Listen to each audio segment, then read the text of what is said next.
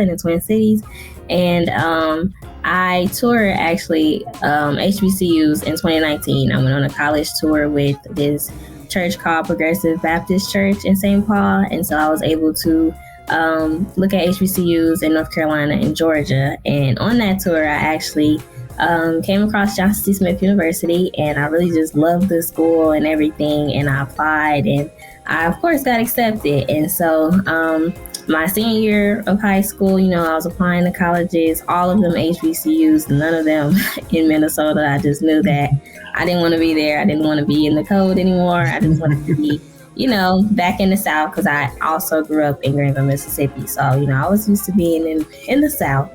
But unfortunately, I ended up going to Tennessee State University for the first 2 years of college. And that was just because of kind of family influence. And then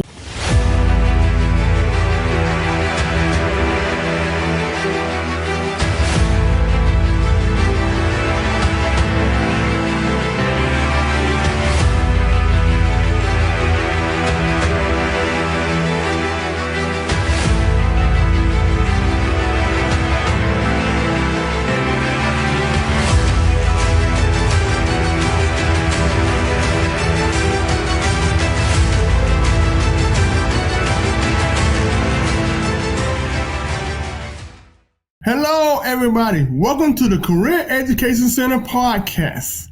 I'm your host, Mitchell Rivers. I am thrilled and excited to have Cierra C. Carter, who I call 3C. She didn't expect that, ladies and gentlemen. 3C in the house. She is a senior at Johnson C. Smith University, majoring in social work. So she wants to help people. And we're going to see how much she wants to help people doing this podcast. How you doing today, Cierra? I'm really great. How are you? Thank you for having me. Oh, it's a pleasure. I can't wait till me and the audience get to know you better.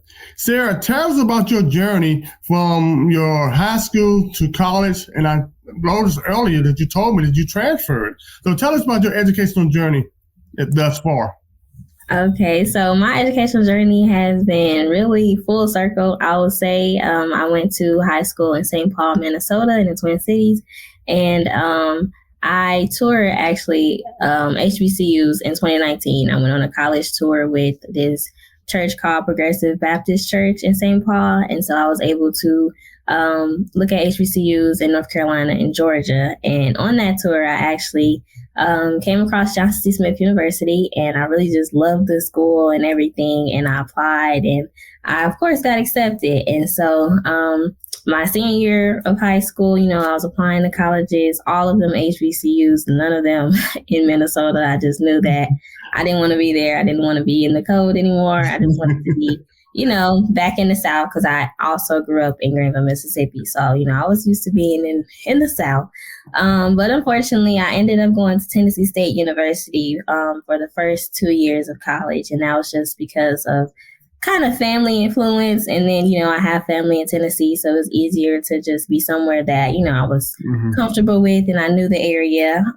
But my sophomore year of college, I decided to transfer towards the end, actually. And so the summer of my, I guess you would say, going into the junior year of college, I was, applying to schools again. It was just like being in high school, when you first apply to college, So that process, it was a little stressful, but I just, I'm very big on my faith. So I just knew He was going to direct me in the right direction. And so I ended up stumbling across the email that I got way back when from Johnson Smith. And it kind of just told me, like, go with your heart and really just make this decision for you. And so I ended up applying to Smith, and like probably 2 weeks before I finished summer classes up at TSU, I got everything situated and I was on the road back to Charlotte. And so I ended up coming here, and I just knew it was for me. Like the moment I stepped on the campus, it was just like, I'm supposed to be here. And so since then, I've just been involved in so many things. I've been offered so many opportunities, and it's just been it's been wonderful. It's been really great. And so it just feels like that time has just flown by, because now I'm a senior and about to graduate. So I'm like, I really wish it was a little bit longer, but I just know I came at the right time. Yeah, sometimes you do. And I'm also a transfer student too, Sierra. So I transferred twice, to be honest. I went to the school three times, let's be honest. Well, two or three times, because I went to, I'm from Statesville, North Carolina, right up the road. And Okay. so I went to Metro Community College and a year because I got a scholarship. Then I transferred to Central Piedmont Community College. Got my associate degree in Central Piedmont Community College. Then I went to UNC Pembroke. And Okay. so I know about being a transfer student and moving from Yeah. place to place and trying to adjust and get everything ready, and to the new environment. But I was happy, just as you was happy at Johnson Smith, I was happy at UNC Pembroke. It wasn't my first choice, but it ended up being my best choice. Yeah. And I think Johnson Smith will end up being your best choice. Yeah. I see you got on your Golden Boys t-shirt. You can set up a little bit. Sorry about your Golden Boys t-shirt a little bit. Yes. Yeah, that's right. That's right. All right. Yes. That's home of the Golden Boys. And so since we're in Charlotte, I live in Charlotte, as my audience and viewers know. I'm happy that you responded. I said, good. Another Charlotte 10 on my show today. I'm so elated. I am so elated. And I didn't know, like I said before, I didn't know that you went to Tennessee State before then, and you're from Mississippi, so you have really traveled the South already. You just ain't got out of college yet. Yeah. So you was already geared in your mind after high school that you want to go HBCU. Mm-hmm. So that trip that you took when y'all went on those career trips, in a sense, the different colleges, did that help shape your mind? Definitely going to an HBCU? Definitely. And it's actually funny when I think about it, because although I was raised in, the South, it didn't really dawn on me about HBCUs. Like, I didn't really know a lot about it, but I knew, they were out there because actually my granny went to Mississippi Valley State. And so she never really talked about I went to an HBCU. Like, I guess because back then it's not a really big thing, I guess. Yeah. And so once I moved to Minnesota, and I'm like, okay, I don't really see a lot of Black people. I went to a high school that was predominantly Asian. And so there I started a Black student union because I'm like, I want my people to be together. I want us to feel safe and comfortable. And so just taking that experience from being in Mississippi, because, it was almost just normal for us to have Black History Month programs and to always just celebrate, because it was also normal for, Greek organizations at our at our middle schools and stuff. So it's I grew up around it, but it didn't really dawn on me until I was out of that environment. And so once I, started the process of applying to college, and then I went to tour HBCUs, it was okay, I need to be at one of these institutions because it's it's going to help me. And so, yeah. You felt like that was a nurturing environment. And I think that's great that you spread.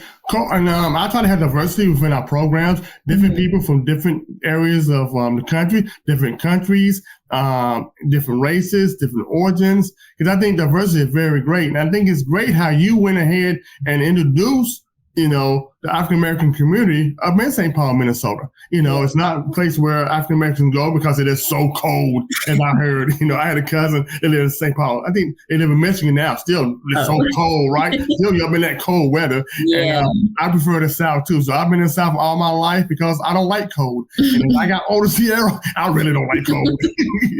I'm going to Florida next, y'all. If I ever get enough money, I'm going to Florida. So I see why people, from the North that's older now than I am, they go down south to Florida. So you may be seeing me down there 15, 20 years. Where you live at, Mr. Rivers? I'm down here in Florida, in Miami, like everybody else playing shuffleboard.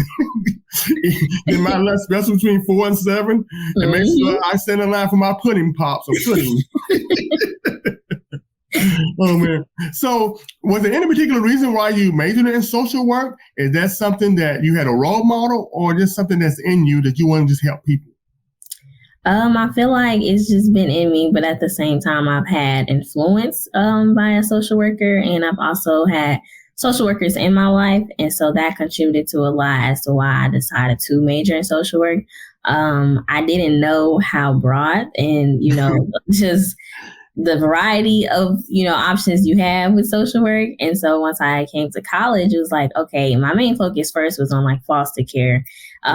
Because I guess for most people, they only think of social work as quote unquote, taking people's kids, but it's that's not what social work is. And so being in college and really learning about the true value and everything of social work, it just really showed me like, okay, this is really for me because I want to be able to help my young community, the community that I'm a part of, and the community that's going to grow up and to help us in the next coming years. And so my focus has always been my education. I really value my education. And so that starts first for me. And so I'm like, if I'm able to help that part of the community and bring those, individuals into an environment that they would have many resources, they would be supported, they would be safe. And so that's where my focus is now with social work. So in the beginning, it was like, okay, I want to help the people that are in foster care, but I'm like, okay, maybe that could be a little bit too much for me, It's like you just have to choose and pick your battles when it comes to social work. And so now, since I'm a senior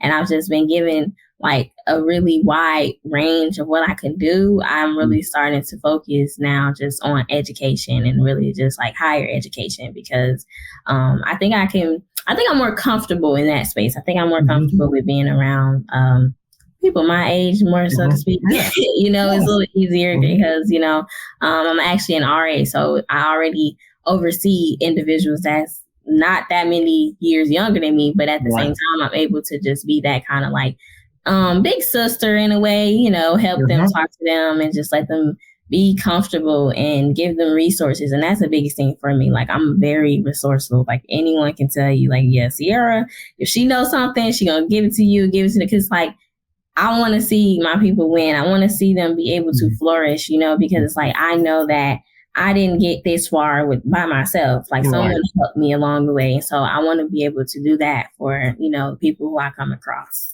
Well, I think that's fantastic because you learning that leadership role, being an RA, and it gives you a chance, college gives you a chance to really explore and learn yourself, right? Yeah. Learn a lot about yourself when you're in college. And those perceptions that you had and that you had about social work and me about business, when I majored in business management, it's just so broad. You have to narrow it down. Right. And so you learn to narrow down what you wanted to go into, and which is great. You started one way, maybe foster care, and now maybe I want to work more with adults in education. Now, did you do an internship while you're at Johnson C. Smith?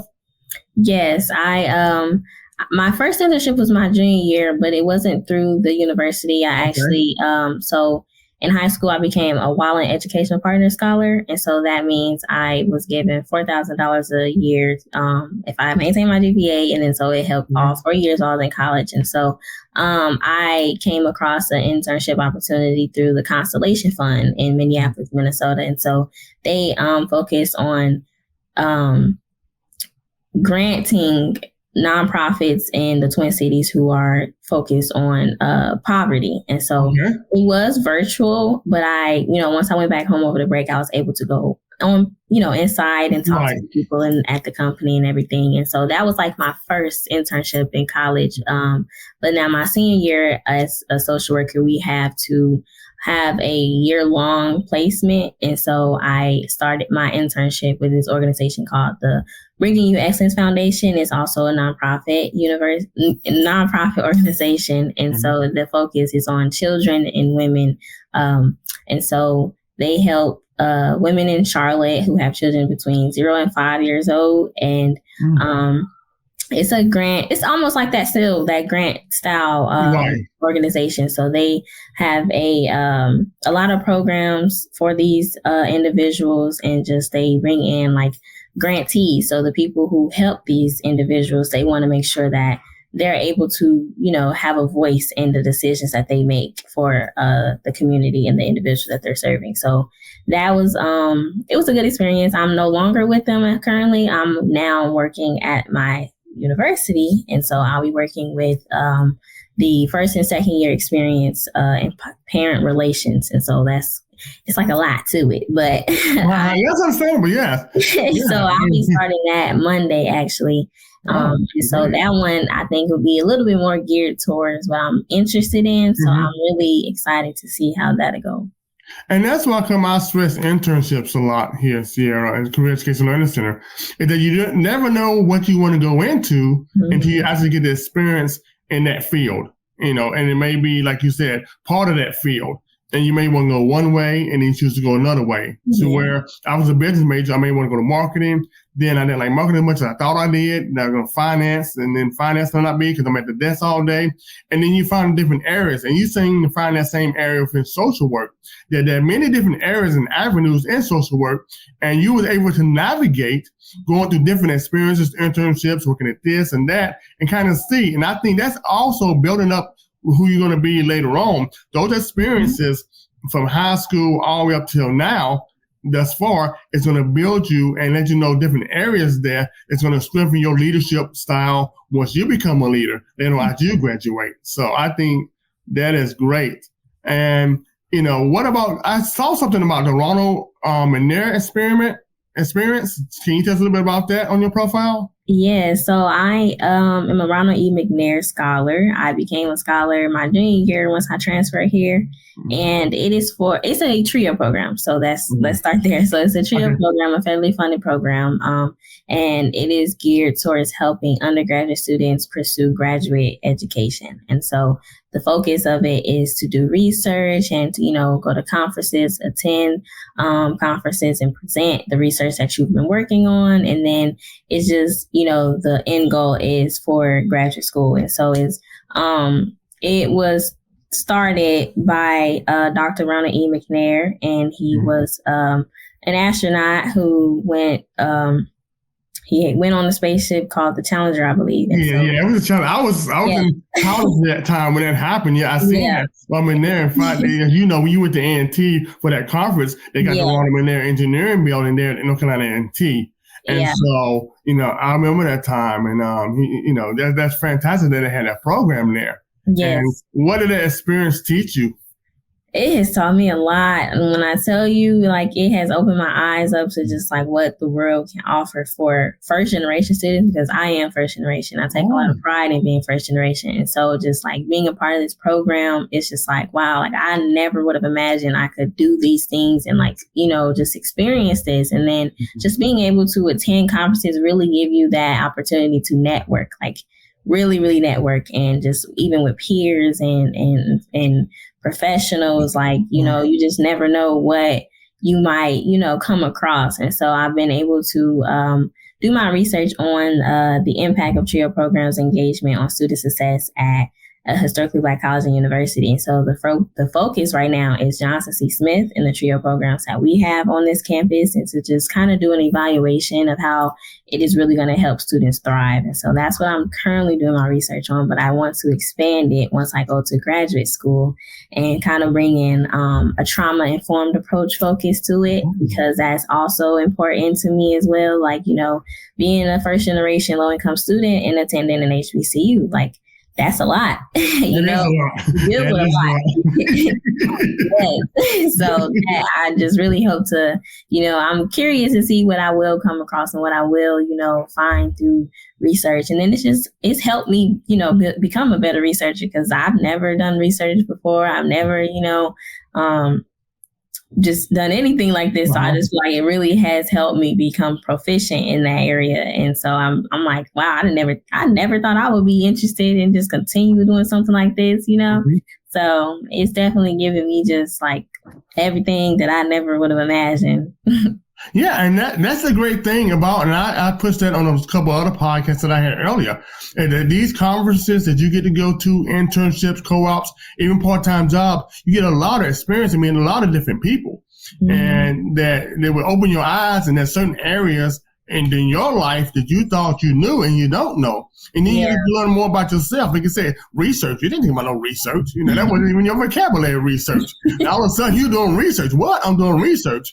And I've had many past students that's been on this program to say the same thing. I went to this internship and I never heard of that before. And they say, I started liking it, and I started wondering, hey, that may be the direction I go. And that's the advantages that I want to tell students that either high school or college that, hey, venture out there. Like you said, go to conferences, go to internships, do all these things you get to go to, go on trips. Mm-hmm. Are you involved in any clubs or organizations at Johnson C. Smith at this time? I know you're a busy lady, but are you involved in any activities or something?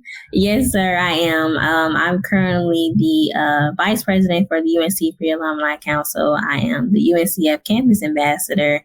As I mentioned before, I'm an RA. I was a fellow for this this club called Charlotte Racial Justice Consortium here on campus. I am, it's like so many, I can't really remember, but that's fine. Hey, yeah. Hey, whatever you can remember is fine. It's way more than I did. See, mine would have been short. Mine would have been, well, this is what I did, Sierra. I went to class, I ate. I came to another class and I ate.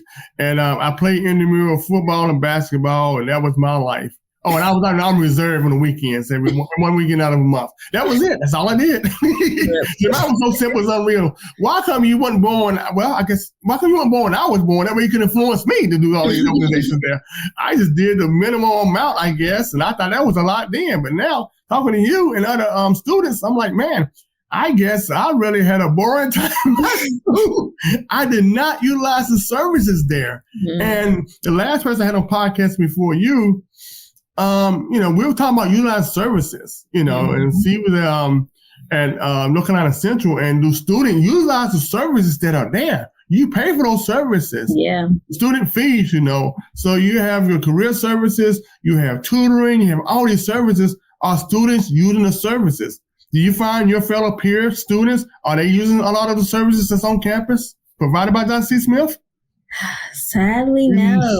And you would think, like, with this being a very small university, it's a private institution at that as well, it's so easy to just come across this building and just be like, and even if you're just curious, like, okay, I've never been in here before, like, I want to see what's in here. Like, I just feel like that's what students kind of need to do. I think with this generation, a little bit I've noticed, because again, I'm an RA, so I'm in a building with freshman females. And so it's like, I noticed you have a small number who will actually go out there, do things and, have that go-getter kind of personality. But then you also have the majority who are just like, okay, I'm here, but I don't want to go to class. I don't want to be involved. I don't want to be social. And so it's like, okay, one, this institute is not cheap. So it's like, you're paying all of this money to sit in your room, or you're paying all of this money to just go to a party at, on the weekend, but it's like you're not taking advantage of absolutely anything that this institution offers. And so it's like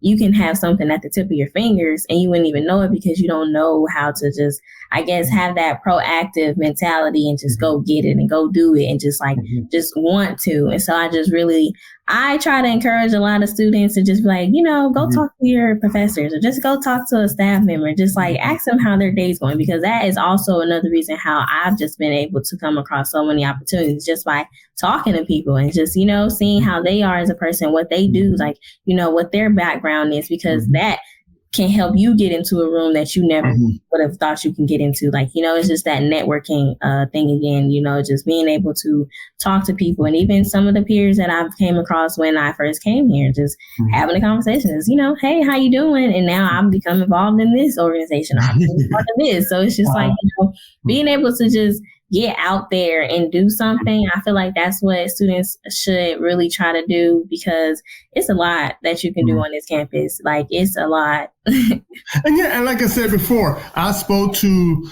many students and professionals at colleges and stuff myself.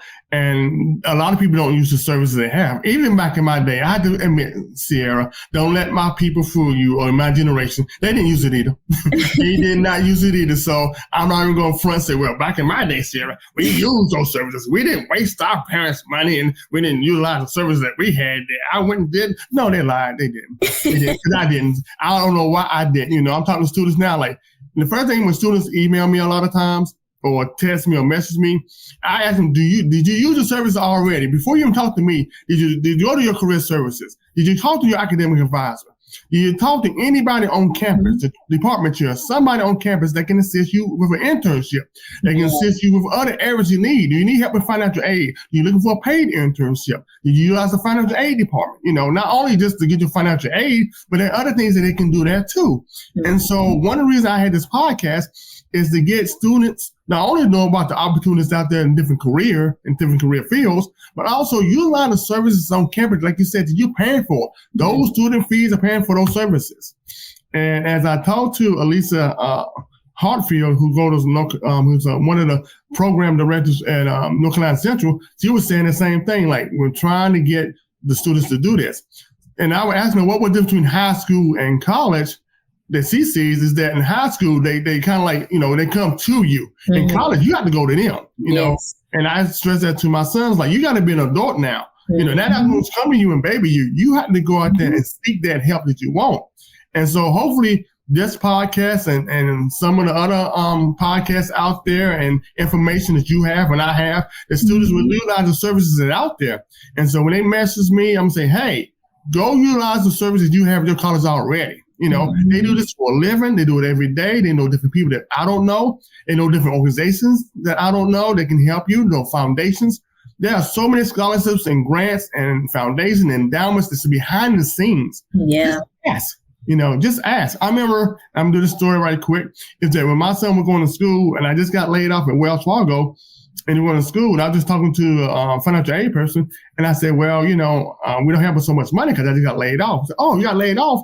There is a endowment that we have here that for students whose parents have been laid off recently because of the downturn. And, and I applied for it, and he got it up to $3,000. That's a lot. That's a help. I mean, it don't sound like a lot of money, but it is, because you put all that money, $3,000, $2,000, $5,000 up to there, that cuts your cost from those student loans. But believe me, they will come out to you with those student loans. They will come out to you, Sierra, those student loans for those people. And so, we just tried here at the Career Education Learning Center to have students, making them aware of the services and stuff that out there, making them aware that different careers, to let you know that you're going to change careers throughout your lifetime. I'm 50 plus, as I said many times on this podcast. I changed professions 2 or 3 times. I went to retail management in the banking and finance, and now I'm becoming an entrepreneur, and many times in between there. And so don't be afraid to change. Go for your passion. That's something that you love. Apparently you do, because you're very passionate about it, man. You got me fired up here.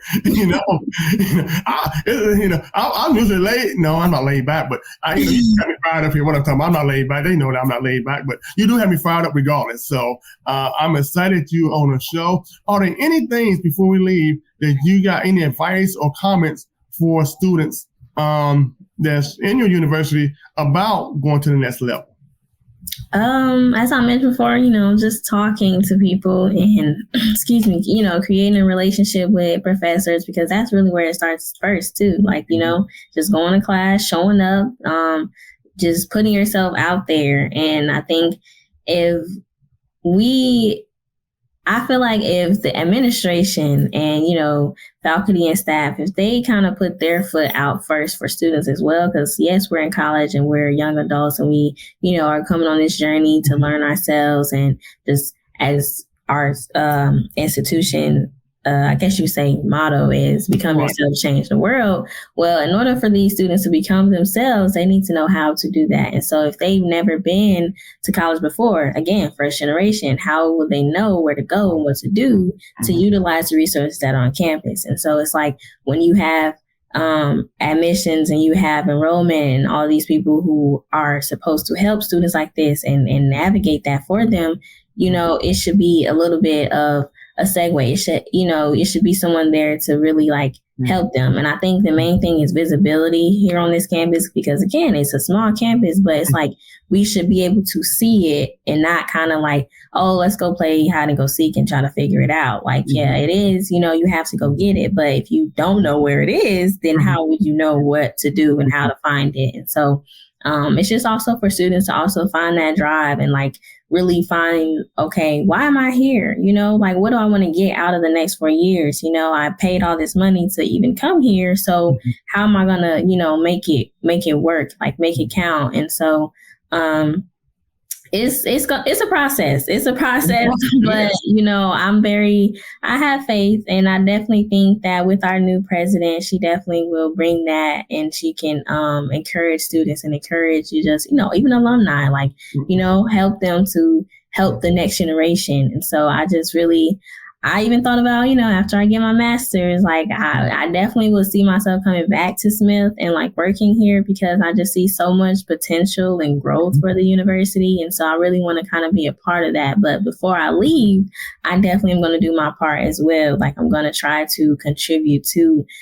that change before I leave. And so I just talk to students, and that starts with me being RA. When I have conversations with them, I'm like, okay, what did you do this week that you didn't do last week? Like what's something you can get involved in, or what's something that you see yourself doing in the next couple of months, So like, I just really try to kind of put a bug in their ear to try to, do something different, and just not only think of college as, oh, well, it's not like NCAT, they love running into NCAT. It's like, every institution is different. And so you have to see why you came to this university, why you came to this institution, and like what you can get out of it, because it's your experience. It's your experience at the end of the day. That is amazing. I tell you, you have been a wonderful guest, and you're going to definitely have to come back after you graduate or doing your master's sometime. So not only you go back to Johnson C. Smith, but you need to come back on our podcast, okay? Yeah. Definitely got to come back on our podcast. It has been a pleasure and joy having you on our show today, Miss Cierra C. Thank you so much for coming on our show today. Thank you. And I'd like to thank our viewers and listeners for joining me, Mitchell Rivers, on the Career Education Learning Center podcast, where we make your career dreams a reality. God bless.